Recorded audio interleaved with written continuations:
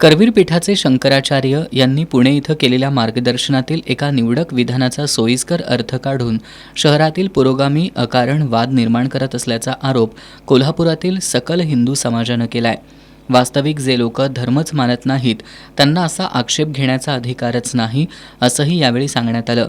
श्री शंकराचार्य स्वामी यांनी त्यांच्या मार्गदर्शनात कुठेही आक्षेपार्ह विधान केलेलं नाही, त्यामुळं त्यांनी क्षमा मागण्याचा प्रश्न येत नाही, असं मत सकल हिंदू समाजाच्या नेत्यांनी पत्रकार बैठकीत मांडलं.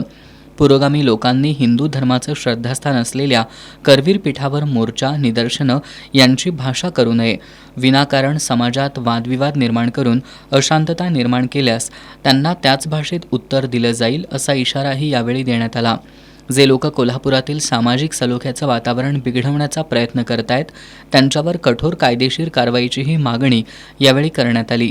याप्रसंगी विश्व हिंदू परिषदेचे जिल्हामंत्री अनिल दिंडे, अखिल भारत हिंदू महासभेचे जिल्हाध्यक्ष संदीप सासने, उदय भोसले, हिंदू महासभेचे जिल्हाध्यक्ष मनोहर सोरप, पतित पावनचे जिल्हाध्यक्ष आप्पासाहेब बन्नननेवार, शिवशाही फाउंडेशनचे संस्थापक सुनील सामंत, शिवप्रतिष्ठान हिंदुस्थानचे शहर कार्यवाह आशिष लोखंडे, हिंदू एकता आंदोलनचे जिल्हाध्यक्ष दीपक देसाई, शिवानंद स्वामी, शीला माने उपस्थित होते.